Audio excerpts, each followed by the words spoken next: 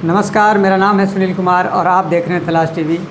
विधानसभा चुनाव को लेकर जो सरगर्मी बनी हुई है, चुनाव होने महत्व 5-7 दिन ही बचे हुए हैं। प्रत्याशी लगातार अपने क्षेत्र में घूम रहे हैं। गढ़वा विधानसभा क्षेत्र की बात करें तो बसपा के प्रत्याशी हैं अजय कुमार चौधरी उर्फ अजय मेटल जी। ये लगातार कैंपेनिंग कर रहे हैं, लोगों से मिल रहे हैं और अपने पक्ष में वोट करने की बात कर रहे हैं। इतने दिनों में इनका कैसा रुझान है, क्या चीज़ है, किन मुद्दों को लेकर चर्चा हो रहा है, क्या स्थिति है, उसी की चर्चा करने के लिए उनके कार्यालय में हम पहुंचे हैं। सबसे पहले तलाश टीवी में आपका स्वागत है जी। बहुत बहुत धन्यवाद और आपके चैनल के दर्शकों को भी मेरी ओर से बहुत बहुत नमस्कार, प्रणाम, जोहार, जय भीम, आदाब, सलाम।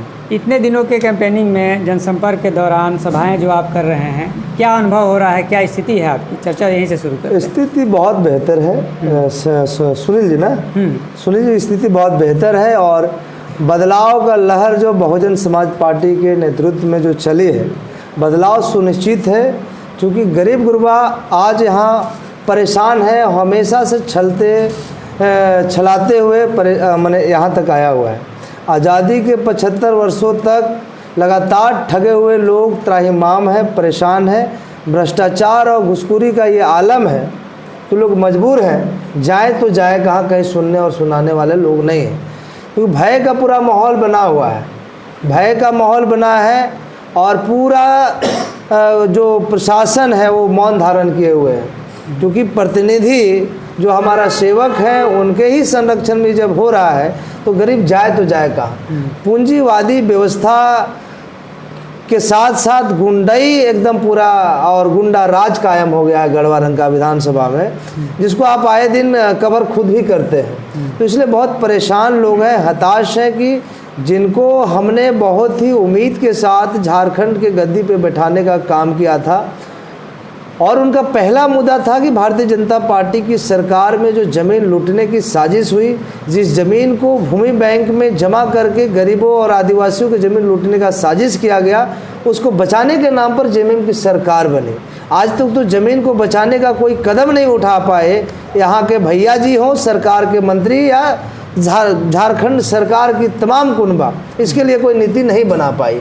उल्टा उसी ज़मीन को बचाने के जगह पे बेचने के और लूटने के जुर्म में सरकार के मुखिया भी जेल की हवा खा चुके हैं। और जिनका साथ साथ में ये भैया जी का भी गर्दन कब न फंसे इसका अंदाज़ा भी नहीं लगा सकते। लेकिन ऐसी चर्चाएं चल रही है कि ईडी और सीबीआई के गिरफ्त से बहुत ज़्यादा दूर नहीं है, जिसका जीता जागता उदाहरण है कि अभी कुछ दिन पहले चर्चा चल रहा था कि ईडी और सीबीआई की टीम यहाँ आई हुई है। और आज भी देखिए कि भाई ईडी और सीबीआई ने छापा मार के पकड़ने का भी काम किया है।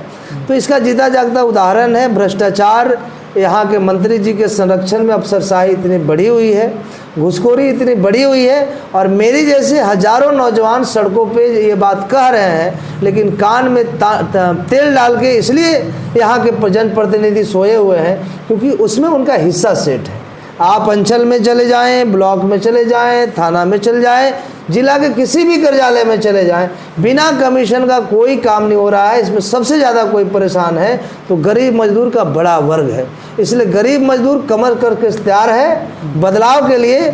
और बदलाव हर बार हुआ है, चेहरे बदले हैं, पार्टियां बदले हैं, नेता बदले गए हैं, लेकिन एक ही वर्ग विशेष के सामंती विचारधारा वाले लोग, पैसे और पूंजीपति लोग इस लोकतंत्र को तार तार करने का काम किए हैं। और इस बार भी जिस तरीक़ा से ये लोग अरबों खरबों रुपया का दोहन किया है, झारखंड की संपदा को लूटने का जो काम किया है और उससे जो जेब भरने का काम किए हैं, खास करके यहाँ बालू सोना के समाने लोग कर दिए, ब्लैक में करके।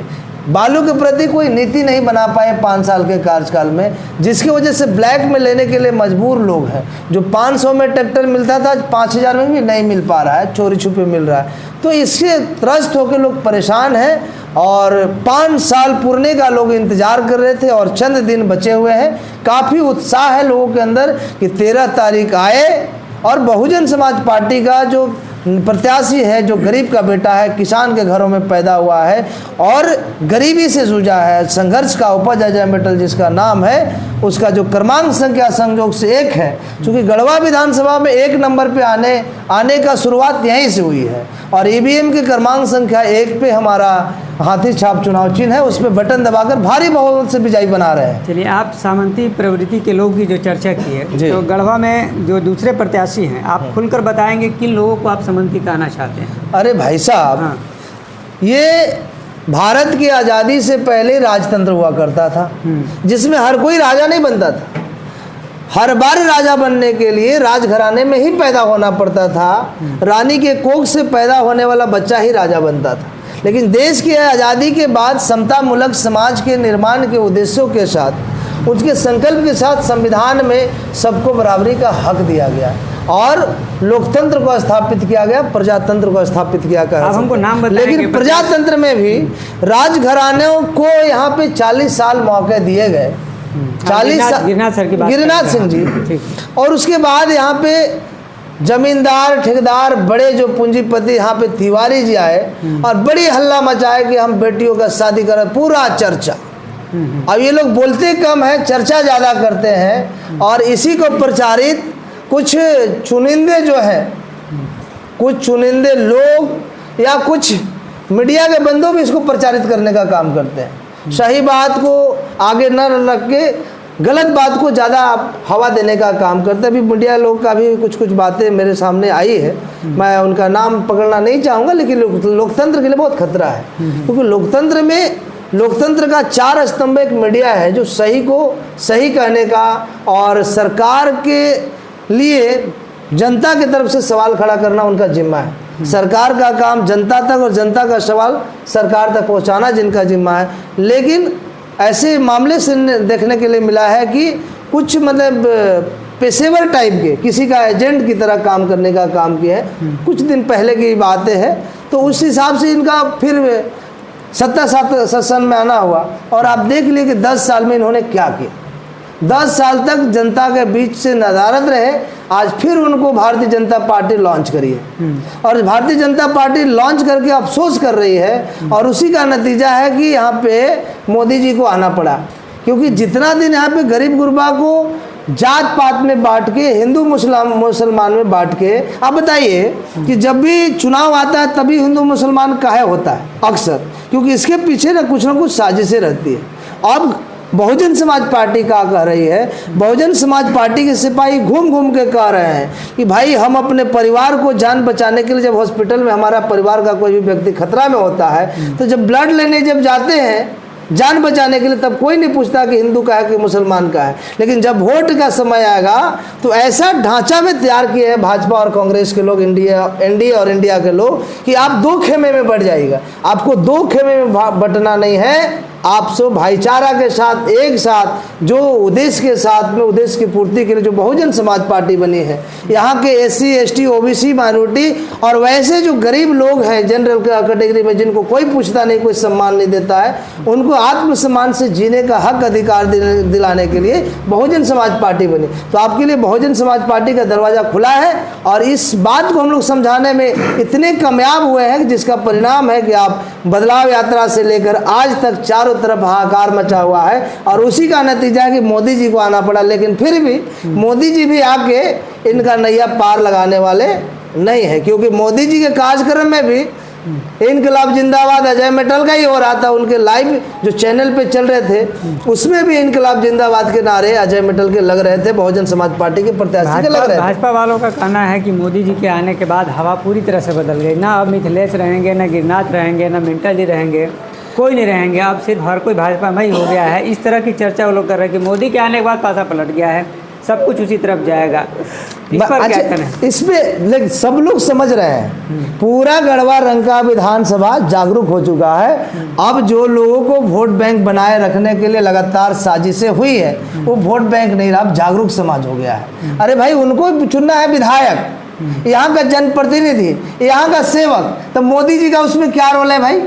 इनके पास कोई एजेंडा नहीं है, समाज में कुछ करते धरते नहीं है, उनके दुख में खड़ा नहीं होते हैं, बस पेपरबाजी मीडियाबाजी के अलावा कोई उपाय नहीं है। तो उनको पता है कि हमको सेवक चुनना है और हम लोग आज तक राजा चुनते आ रहे हैं, राजा नहीं सेवक चुनना है। और गरीब का बेटा एक बार खड़ा है, उसको मौका देना, क्योंकि 75 वर्ष में किसी पार्टी ने यहाँ गरीब गुरबा समाज में जन्मे किसी भी नेता को, चाहे वो कांग्रेस हो, आरजेडी हो, भाजपा हो, जेएमएम हो, किसी ने भी यहाँ पे गरीब गुरबा समाज में, दलित पिछड़ा के समाज में जन्मे हुए किसी भी नेता को, बेटा को टिकट नहीं दिया है। इसलिए बदलाव खाली विधायक बनाने का नहीं, सियासत बदलने का नहीं, व्यवस्था में बदलाव लाने के लिए लोग खड़े हैं, चाहे वो भाजपा वाले लोग हो, चाहे जेएमएम वाले लोग हो। क्योंकि बहुजन समाज पार्टी उनके हकों के लिए भी लड़ रहे हैं जो बहुजन समाज पार्टी के साथ नहीं है, जो भाजपा के साथ है उनके लिए भी लड़ रहे हैं कि आपको हक मिलना चाहिए। क्योंकि संविधान कहता है कि जिसकी जितनी संख्या भारी उसकी उतनी हिस्सेदारी। तो कैसे यहाँ हमेशा से 75 वर्षों से बाबू और बाबाओं का ही राज चलते आ रहा है, यहाँ बेटा का और भाई का काहे नहीं हक मिल रहा है, यहाँ SC ST OBC का काहे नहीं हक मिल रहा है? क्या भाजपा में OBC के नेता नहीं है, पिछड़ा का नेता नहीं है, है कि नहीं है? तिवारी जी के अलावा और तिवारी जी है कि नहीं है? लेकिन लोगों के पास पैसा नहीं है। तिवारी जी के पास पैसा ऊपर से ऊपर टपकाते हैं, टिकट खरीद के आ जाते हैं, और वही पैसा भरपाई पूरे 5 साल करते हैं। ऐसे प्रतिनिधियों को पूरी तरह से नकार चुके हैं। अच्छा, पैसा की चर्चा कर रहे हैं। वर्तमान परिप्रेक्ष्य में देखा जाए तो प्रचार प्रसार में काफ़ी खर्च कर रहे हैं लोग, धन बल का प्रयोग हो रहा है, इसमें कोई दुमत नहीं। हम लोग भी घूम रहे देख रहे हैं। क्या लगता है आपको कितना इसको झेलना पड़ रहा है? क्योंकि जहाँ पैसे हावी हो जाते हैं वहाँ बहुत बार तो आदमी को कंप्रोमाइज़ करना पड़ जाता है, पब्लिक को समझाना मुश्किल हो जाता है, पैसे पर लोग बिक जाते हैं। ऐसी स्थिति में आपको फील्ड में क्या झेलना पड़ रहा है? हमको कुछ फील्ड में झेलना नहीं पड़ रहा है, ये अपना काम कर रहे हैं और इनके चरित्र को हम बताने का प्रयास कर रहे हैं। आदर्श आचार संहिता का खुल्लम खुल्ला उल्लंघन, दबंगई, बंदूकों के नोक पर वोट मांगना चालू कर दिए हैं, और खास करके भैया जी के लोग कर रहे हैं, और ये भैया जी के माध्यम से कराया जा रहा है। क्योंकि शुरू से ही गुंडाई करते आए हुए हैं, और गुंडाई करते करते यहाँ पे आ गए हैं। और ये गलती हमारी भी है कि इनको हमने शरण दिया, लोग समझ नहीं पाए इनके बारे में। सबसे पहले तो ये सोचा कि ये भी एक OBC पिछड़ी का बेटा है, गरीब का बेटा है, लेकिन ये नहीं पता था कि वो सोले वाले ठाकुर साहब है। ये सोले वाले ठाकुर साहब निकले तो उससे त्रस्त है। तो जहाँ तक धन बल का प्रयोग पूरी तरह से ये लोग लगे हुए हैं। आज आदर्श आचार संहिता का खुल्लम खुल्ला उल्लंघन हो रहा है।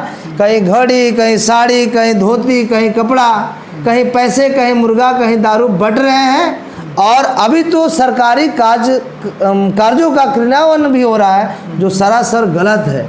इलेक्शन कमीशन को इस पे हम लोग आगाह किए हैं, और वो लोग भी अपने स्तर से कर रहे हैं। और निश्चित तौर पे हो सकता है 1-2 दिन में उनका नॉमिनेशन खारिज ना हो जाए, ये भी स्थिति है। क्योंकि हर व्यक्ति का गलत काम करने का, आचार संहिता उल्लंघन करने का एक सीमा होता है। लेकिन आप जब नियम कायदा कानून को ताक पर जब रख दें तो इलेक्शन कमीशन तो हथौड़ा चलाएगा, ऐसा हो सकता है। तो ये अपना काम कर रहे हैं और इनको कोई अफसोस नहीं है। उसी तरह जनता को भी कोई अफसोस नहीं, क्योंकि ये बाबूजी की ज़मीन बेच के तो दे नहीं रहे। सुने हैं कि ब्राह्मण समाज के वोटों को 10-10 हज़ार में खरीदने के लिए व्यवस्था बनाए, मतलब खरबों रुपया का इनका प्लानिंग है। लेकिन मैं निश्चित तौर पे कह सकता हूँ इनको खरबों रुपया का प्लानिंग पानी फिरने वाला है। और ये खरबों रुपया कहाँ से लाए हैं? यहाँ के बालू बेच के, यहाँ का कोयला बेच के, यहाँ पत्थर बेच के। अरे झारखंड की जो धरती है, जल जंगल ज़मीन को ये लोग बेचने का काम किया है और झारखंड को कलंकित करने का काम किया है। ये बात पूरा गढ़वा रंग का विधानसभा के साथ साथ पूरा झारखंड देख रहा है। इसलिए इनसे हमको कोई घबराने की आवश्यकता नहीं। यहाँ गरीब गुरबा मजदूर किसान का जो बड़ा वर्ग है, 100 में 90 शोषित है, शोषितों ने ललकारा है। इस धन धरती और राजपाट में 90 भाग हमारा है। ये क्यों कहे थे? बिहार के लेनिन कहे जाने वाले बाबू जगदेव प्रसाद कुशवाहा को चरितार्थ करने के लिए आज कमर कस कर लोग तैयार हैं। और पहली बार गढ़वा रंग का विधानसभा में ऐतिहासिक मोड़ पे ये चुनाव आया है, और जो 23 तारीख के परिणाम में आपको देखने के लिए मिलेगा। अच्छा, यहाँ पे जो तीनों लोग हैं जिनकी चर्चा लगातार हो रही है जी, बसपा की लड़ाई किससे मेन है? गिरिनाथ, मिथिलेश ठाकुर या सत्येंद्र, मतलब भाजपा? किससे आपकी लड़ाई चल रही है? अगर आप कहते हैं कि आप फील्ड में पूरी तरह से डट के हैं तो कोई एक ऐसा होगा जिससे डायरेक्ट आमना सामना आपका चल रहा है। देखिए, कोई ना कोई तो होगा। सेकंड पोजीशन में तो किसी न किसी को होना है। हम अपने काम में इतने मस्त हैं, व्यस्त हैं, और हमारे पास जो माहौल दिख रहे हैं, लोगों का जो साथ समर्थन दिख रहा है, ऐसा लगता है कि गांव में अभी विजय जुलूस निकाल देंगे। लगता है एकदम टांग घुराने लग रहा है। तो ऐसा तो नहीं लग रहा कि कोई लड़ाइयों में है, लेकिन जो भी होगा सेकंड नंबर में देखा जाएगा। अच्छा, अभी आप उसको खुल के चर्चा नहीं करना चाहते हैं। अब आपसे हम मेटल जी ये चीज़ समझना चाहेंगे कि आपकी जो रणनीति है, जैसे बाकी लोग, जैसे आप भाजपा का नाम लिए कि वो धर्म के नाम पे करके वो वोट हासिल करना चाहती है। मिथिलेश ठाकुर का आप चर्चा करते हुए कह रहे हैं कि वो आप जैसा बोले कि गुंडाई के बल पे करना चाह रहे हैं, या कहने का अर्थ है कि माफियागिरी के थ्रू वो हासिल करना चाहते हैं, धन बल के थ्रू हासिल करना चाह रहे हैं। सदर तिवारी के बारे में भी बोल रहे हैं। सदर तिवारी तो बीजेपी के हो गए, गिरिराज सिंह के बारे में भी कुछ चर्चा की है। तो ठीक है, आपने अपनी जो रणनीति लगा रहे हैं, जो चर्चा आपकी, आपकी क्या रणनीति है? कैसे लगता है आप क्या रणनीति अपनाए हैं कि आपको वोट जनता जो है वो आपको वोट देने जा रही है? आपकी क्या रणनीति है? कैसे आप इस बात के लिए आश्वस्त कैसे हैं इतना? देखिए, मैं ये कह रहा हूँ 24 वर्ष का झारखंड हो चुका है, और 24 वर्ष के पहले जो हमारे सामने सवाल और मुद्दे थे, जिस उद्देश्य की पूर्ति के लिए झारखंड का निर्माण हुआ, वो आज भी वो उद्देश्य पूर्ति नहीं हो पाया। वो क्या है कि यहाँ के युवाओं के लिए रोजगार की व्यवस्था, रोजगार के लिए नियोजन की व्यवस्था, नियोजन के साथ साथ स्थानीय होने का प्रमाण पत्र देने का, माने स्थानीय नीति, नियोजन नीति और स्थानीय नीति इस झारखंड का पहला मुद्दा है, जिसपे आज तक न भारतीय जनता पार्टी कुछ बेहतर कर पाई, न जेएमएम कांग्रेस के लोग कर पाए, और ये सब लोग एक दूसरे के साथ मिले हुए हैं, चट्टे बट्टे हैं, मौसेरे चोर चोर मौसेरे भाई है, वो है मुद्दा को मुद्दा बनाए रखने के लिए, और इसी मुद्दे पे चुनाव बार बार लड़ने के लिए लोग मुद्दा को ख़त्म ही करना नहीं चाहता है। इसलिए कि इनको गरीबी से, गरीबों से, गरीबों के पीड़ा से कोई मतलब नहीं है, ना एहसास है उनको। तो मेरा पहला प्राथमिकता होगा कि गढ़वा की तरफ से पूरे झारखंड के युवाओं के लिए नियोजन नीति के लिए बेहतर आवाज़ बने, और युवाओं के लिए रोजगार के लिए उसको सुरक्षित सीट करने के लिए नियोजन नीति बनाए। दूसरा बात, हमारी एजेंडा है कि आज मैं सवाल के साथ जवाब दूंगा तो ज़्यादा बेहतर होगा।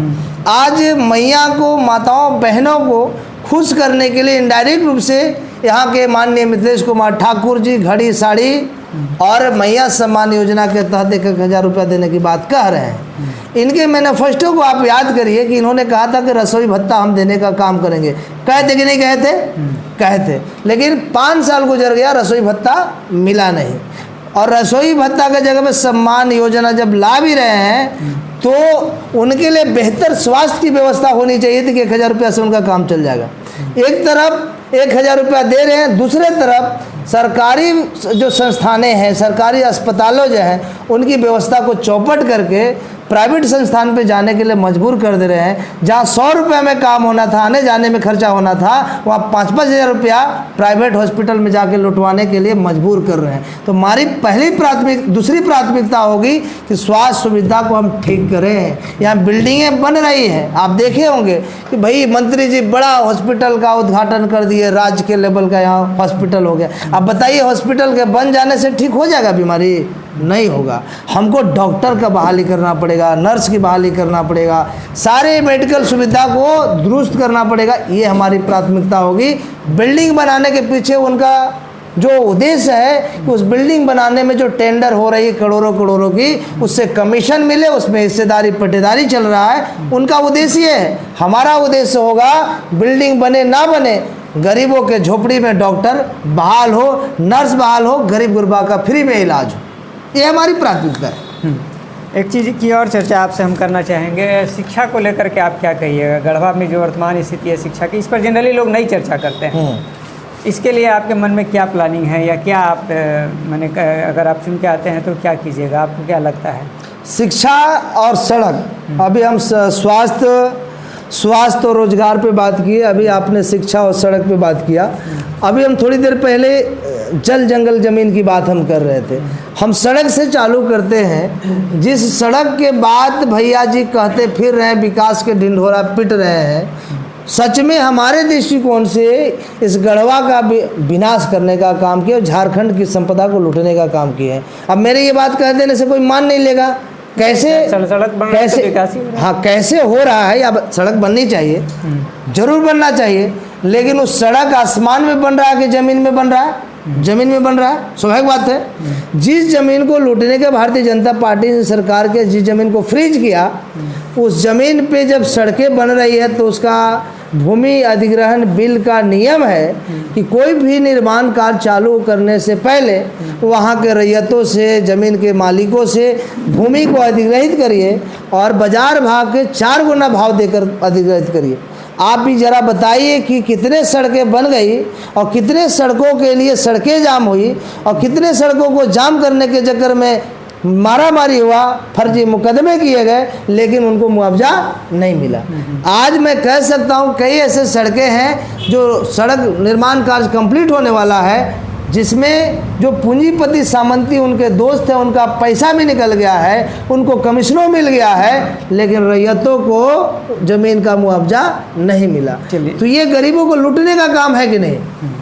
ठीक है, हम अगला आपसे पॉइंट एक रखते हैं। गढ़वा में एक महत्वपूर्ण समस्या है पलायन का।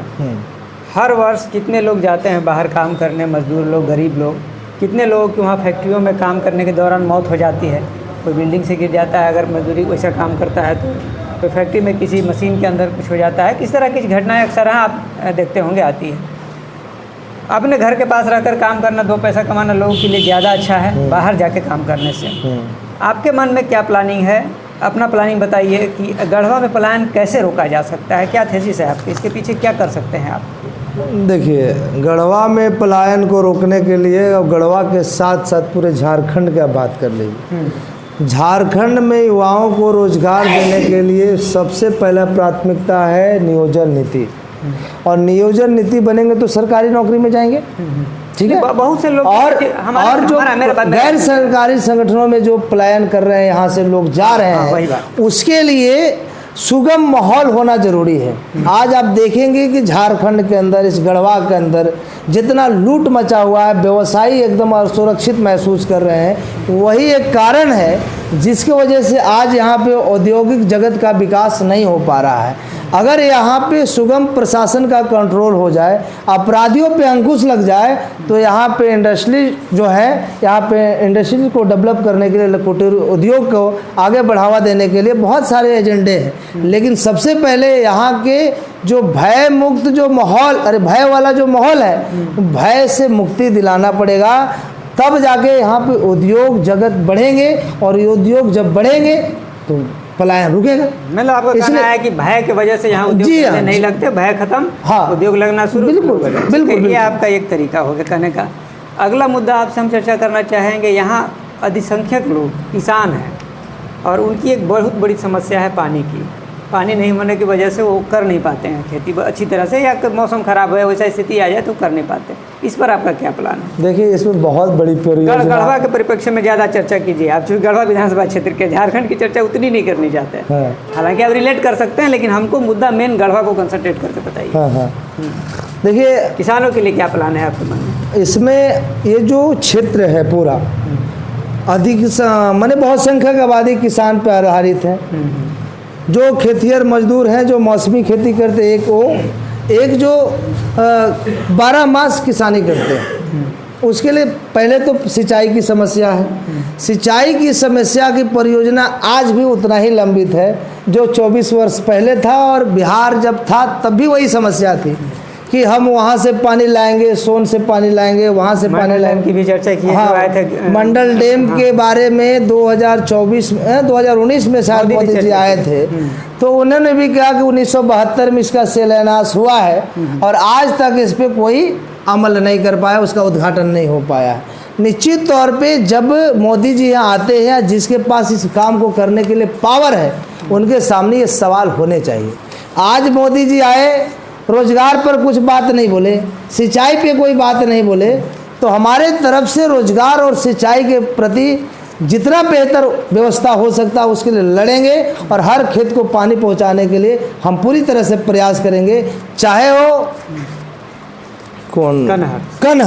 कन्हर परियोजना अधर में लटका हुआ है, वो ठंडे बस्ते में पड़े हुए, इसलिए कि भाई गरीब अगर आत्मनिर्भर हो जाए, अपने पैरों पे खड़ा हो जाए, खेतिहर मजदूर को, किसान को पानी अगर मिल जाए, तो हमारे झंडे ढोएंगे नहीं, अपने पैरों पे खड़ा हो जाएंगे। तो ये भी एक साजिश का हिस्सा है कि कन्हर परियोजना जो यहाँ के लिए रामबाण साबित हो सकता है, वो आज तक पेंडिंग पड़ा हुआ है।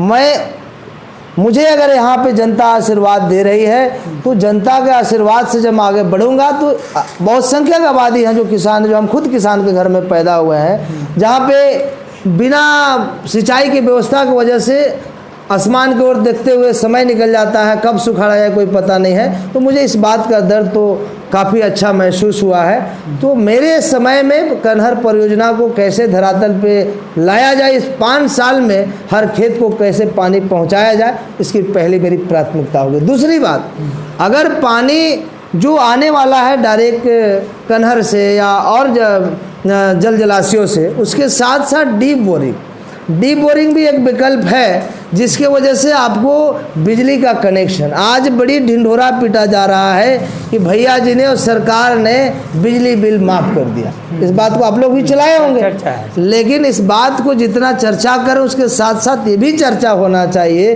कि बिजली बिल का इतना चर्चा काहे हो रहा है। इसलिए हो रहा है कि बिजली बिल एक व्यक्ति का, एक कनेक्शन धारी का 3-3, 4-4 विभाग और ये मंत्री जी के कमजोरी की वजह से, मंत्री जी के लापरवाही की वजह से जो है कि एक एक व्यक्ति का 3-3, 4-4 कनेक्शन हो गया है। जहां 200 रुपया बिल आना चाहिए तो एक एक आदमी को 1000 नहीं 5-5 हज़ार रुपये के बिल आ रहे हैं। साल भर में आप देखेंगे 17,000, 18,000 का बिल लेके घूर रहे हैं, मतलब एक आदमी का 40,000, 50,000 बिल हो गए।